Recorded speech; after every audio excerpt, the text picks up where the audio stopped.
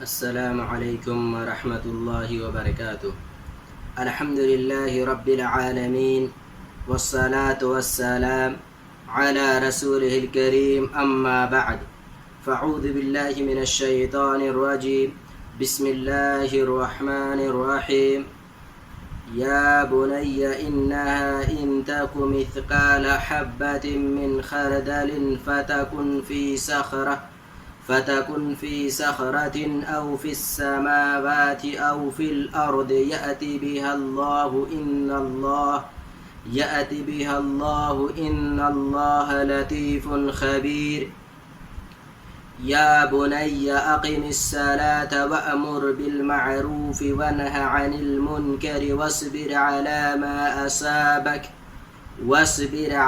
ما أصابك إن ذلك من عزم الأمور۔ سورہ لقمان آیت نمبر 16 اور 17۔ پیارے ناظرین، درس قرآن کے اس پروگرام کے اندر آپ کا استقبال ہے۔ درس قرآن کے اس پروگرام میں ہماری گفتگو چل رہی ہے سورہ لقمان کا ترجمہ اور اس کے اندر جو تعلیمات اللہ رب العالمین نے بیان کی ہیں، وہ تمام امور جن امور پر عمل کرنے کی وجہ سے ایک انسان اس دنیا کے اندر سعادت مند بن سکتا ہے، اس دنیا کے اندر خوش نصیب انسانوں میں اپنا شمار کروا سکتا ہے، اور اللہ رب العالمین کی نگاہ میں معزز اور مکرم ہو سکتا ہے۔ پیارے سامعین، میں نے آج اس سے پہلے بیان کیا تھا کہ سورہ لقمان کے اندر اللہ رب العالمین نے جہاں بہت ساری چیزوں کا تذکرہ کیا ہے، وہیں پر خصوصی طور پر لقمان حکیم کی ان نصیحتوں کا بھی تذکرہ کیا ہے جو نصیحتیں انہوں نے اپنے بیٹے کو کی تھیں۔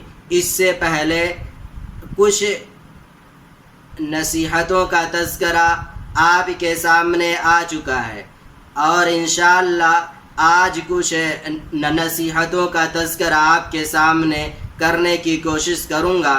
ابھی میں نے جو آپ کے سامنے 2 آیات تلاوت کی ہے، آیت نمبر 16 اور 17، اس کے اندر لقمان حکیم کی جو نصیحتیں ہیں انشاءاللہ انہی پر ہماری آپ سے گفتگو ہوگی۔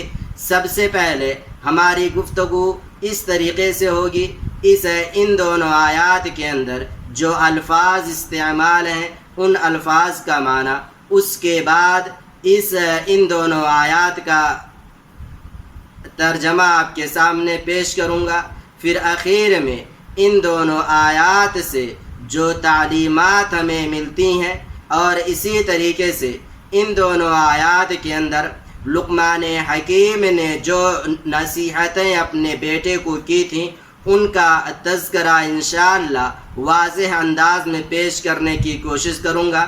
اللہ رب العالمین سے دعا ہے، اے الہ العالمین تو ہمیں کتاب و سنت کی تعلیمات پر عمل کرنے کی توفیق دے، آمین۔ پیارے سامعین، سب سے پہلے آیت نمبر 16 پر ہم آپ سے گفتگو کریں گے۔ آیت نمبر 16 میں اللہ رب العالمین نے کہا، سب سے پہلا جو لفظ ہے وہ ہے یا بنیہ۔ یا بنیہ کا مطلب ہے اے میرے پیارے بیٹے۔ اس کے بعد ہے انہا سے مراد یہاں پر یہ ہے کہ الخصلۃ السیئۃ او الحسنۃ، یعنی اچھی عادت اور بری عادت دونوں اس کے اندر شامل ہیں۔ مطلب یہ ہے کہ اچھائی بھی اور برائی بھی دونوں اس کے اندر شامل ہے۔ اس کی تفسیر ابھی میں آپ کے سامنے آگے پیش کروں گا۔ اس کے بعد اگلا لفظ ہے ان تک مثقال حبۃ من خردل۔ اس کا مطلب یہ ہے کہ اگر رائی کے دانے کے برابر بھی انسان اچھائی کرتا ہے یا برائی کرتا ہے۔ اگلا لفظ ہے فتکن فی صخرۃ۔ اس کا مطلب یہ ہے ای فی صخرۃ مکان من الارض، یعنی اس دنیا کا کوئی بھی چٹان ہو، اس کا کوئی بھی گوشہ ہو، کوئی بھی کونا ہو، انسان وہاں پر کوئی بھی گناہ یا اچھائی کرے گا تو یأتی بہ اللہ ای فیحاسب علیہا، اللہ رب العالمین اس پر اس سے حساب و کتاب لے گا، اس کا عمل اس کے سامنے کل قیامت کے دن پیش کیا جائے گا۔ ان اللہ لطیف خبیر، یعنی اللہ رب العالمین بہت باریک بھی اور علم رکھنے والا ہے۔ لفظ خبیر کا مطلب ہوتا ہے هو العلیم ببواطن الامور، یعنی جو ظاہری امور ہیں ان کا علم تو اللہ رب العالمین کو ہے ہی، لیکن جن کا تعلق غیبیات سے ہے، باطنی امور سے ہے، جن سے دوسرا انسان واقف نہیں ہو سکتا ہے، آگاہ نہیں ہو سکتا ہے، اس کا بھی علم اللہ رب العالمین کو ہے۔ ایک انسان کیا سوچتا ہے، اکیلے میں رہ کر وہ کس طرح کی اچھائیاں کرتا ہے، کس طرح کا گناہ کرتا ہے، سب کا علم اللہ رب العالمین کو ہے۔ پیارے سامعین، آئیے آیت کا ترجمہ دیکھتے ہیں۔ لقمان حکیم نے اپنے بیٹے سے کہا ہے، پیارے بیٹے، اگر کوئی چیز رائی کے دانے کے برابر ہو، پھر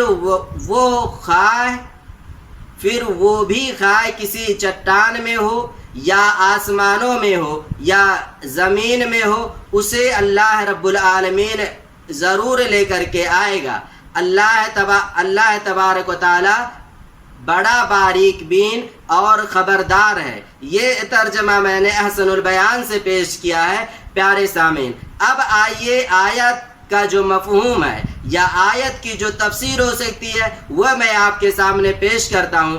علامہ ابن کثیر رحمۃ اللہ علیہ اپنی تفسیر کی کتاب تفسیر القرآن العظیم کے اندر لکھتے ہیں کہ یہاں پر اللہ رب العالمین کی مراد یہ ہے کہ انسان اگر رائی کے دانے کے برابر بھی کوئی اچھائی کرتا ہے، کوئی نیکی کرتا ہے، یا اسی طریقے سے کوئی غلط کام کرتا ہے، کوئی برائی کرتا ہے، یا وہ کسی پر ظلم و زیادتی کرتا ہے، تو اللہ رب العالمین کل قیامت کے دن جب حساب و کتاب لے گا، جب حساب و کتاب لوگوں کا لے گا، تو اس وقت اس کی تمام اچھائیاں چاہے چھوٹی ہو یا بڑی ہوں، یا اسی طریقے سے جو اس نے گناہ کے کام کیے چاہے چھوٹے ہوں یا بڑے، چاہے صغیرہ گناہ ہو یا کبیرہ گناہ، ان تمام چیزوں کو اللہ رب العالمین اس انسان کے سامنے پیش کرے گا اور پھر اسی کے مطابق اللہ رب العالمین اسے بدلہ دے گا۔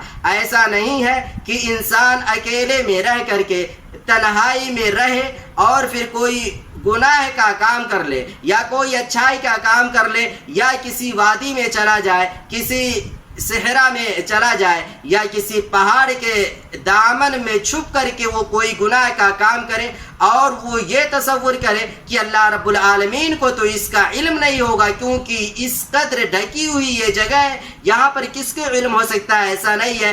انسان کہیں بھی رہے، دنیا کے کسی بھی کونے میں رہے، کہیں بھی کوئی بھی کام کرے گا، اس کی ایک ایک حرکت، ایک ایک عمل اللہ رب العالمین کے سامنے ہے، ہر چیز لکھی جا رہی ہے، اور کل قیامت کے دن اللہ رب العالمین اس کے سامنے پیش کرے گا۔ اللہ رب العالمین نے ایک جگہ اور ارشاد فرمایا ہے جس سے اس آیت کی وضاحت اور اچھے انداز میں ہو جاتی ہے۔ اللہ رب العالمین ارشاد فرماتا ہے، فَمَنْ يَعْمَلْ مِثْقَالَ ذَرَّةٍ خَيْرًا يَرَهُ وَمَنْ يَعْمَلْ مِثْقَالَ ذَرَّةٍ شَرًّا يَرَهُ، یعنی پس جس شخص نے ذرہ برابر نیکی کی ہوگی وہ بھی اسے دیکھ لے گا، اور جس شخص نے ذرہ برابر گناہ کا کام کیا ہوگا وہ بھی اسے دیکھ لے گا۔ یعنی جو کچھ انسان نے کیا ہوگا اس دنیا کے اندر وہ تمام کے تمام چیزیں اس کے سامنے کل قیامت کے دن اللہ رب العالمین حاضر کر دے گا۔ پیارے سامعین، اس آیت کا خلاصہ کلام یہ ہے، اس آیت سے جو بات معلوم ہوتی ہے وہ یہ کہ اللہ رب العالمین کے قدرت کاملہ اور اللہ رب العالمین کے وسعت علم کا اندازہ ہوتا ہے کہ اللہ رب العالمین کا علم کس قدر وسیع ہے، اور یہ کہ اس کی نگاہ سے کوئی بھی چیز کبھی بھی نہیں ڈھک سکتی ہے، نہیں چھپ سکتی ہے۔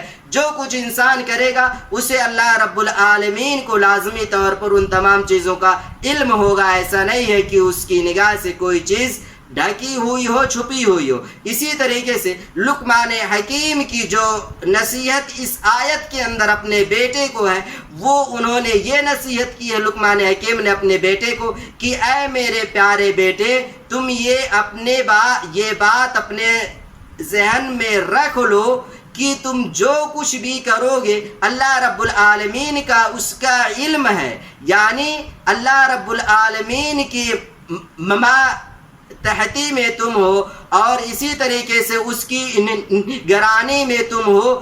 جو کچھ تم کرو گے اللہ رب العالمین اسے دیکھ رہا ہے۔ ان تمام چیزوں کو اللہ رب العالمین نے اپنے ملائکہ کے واسطے سے محفوظ کر رکھا ہے۔ تو اس وجہ سے تم اپنے آپ کو نیکی کے کام پر تو آمادہ کیے رکھنا، لیکن جو گناہ کے کام ہے تم ان گناہ کے کاموں سے اپنے آپ کو باز رکھو، دور رکھو، اس وجہ سے کہ اللہ رب العالمین دیکھ رہا ہے۔ تو لقمان حکیم نے اپنے بیٹے کو یہی نصیحت کی کہ تم ہمیشہ اللہ رب العالمین کا خوف اپنے ذہن میں رکھو، اور یہ جانتے رہو ہمیشہ کہ جو کچھ تم کر رہے ہو، نیکی کر رہے ہو، برائی کر رہے ہو، وہ چاہے چھوٹے ہوں یا بڑے ہوں، وہ تمام کی تمام گناہ یا نیکیاں یا اچھائیاں جو بھی ہیں وہ اللہ رب العالمین کی نگاہ سے اوجھل نہیں ہے۔ اس وجہ سے تم ہمیشہ کوشش یہ کرنا کہ اللہ رب العالمین تم ہمیشہ کوشش یہ کرنا کہ اچھائیاں کرو، نیکی کرو۔ اس وجہ سے آج والدین کو چاہیے کہ وہ اپنے بیٹے کو اس طریقے سے نصیحت نہ کریں جس طریقے سے آج لوگ کرتے ہیں۔ آج لوگ اپنے بیٹے، اپنی اولاد کو یہ نصیحت کرتے ہیں کہ بیٹے تم یہ کام مت کرو ورنہ ایسا ہو جائے گا، ایسا ہو جائے گا۔ نہیں، سیدھے سے جن امور کا تعلق، جن چیزوں کا تعلق اسلام سے ہے، اسلام کی تعلیمات سے ہے، ان چیزوں کی نصیحت اس انداز سے کرنی چاہیے جس انداز سے لقمان حکیم نے کیا تھا، یعنی سیدھے ان کے دل میں اللہ رب العالمین کا خوف پیدا کرنے کی کوشش کرو، اور یہ کہو اے میرے بیٹے تم یہ جو کام کرنے جا رہے ہو یا جو کچھ تم کرتے ہو اسے اللہ رب العالمین دیکھتا ہے۔ اللہ رب العالمین کا خوف تم اپنے دل کے اندر پیدا کرو، وہ تمہاری ہر حرکت سے باخبر ہے۔ اس وجہ سے تم اچھائیاں کرو اور گناہ کے کاموں سے اپنے آپ کو دور رکھنے کی کوشش کرو۔ تو اصل یہ ہے کہ ہمیں اپنی اولاد کے دل میں اللہ رب العالمین کا خوف پیدا کرنے کی شروع ہی سے کوشش کرنی چاہیے۔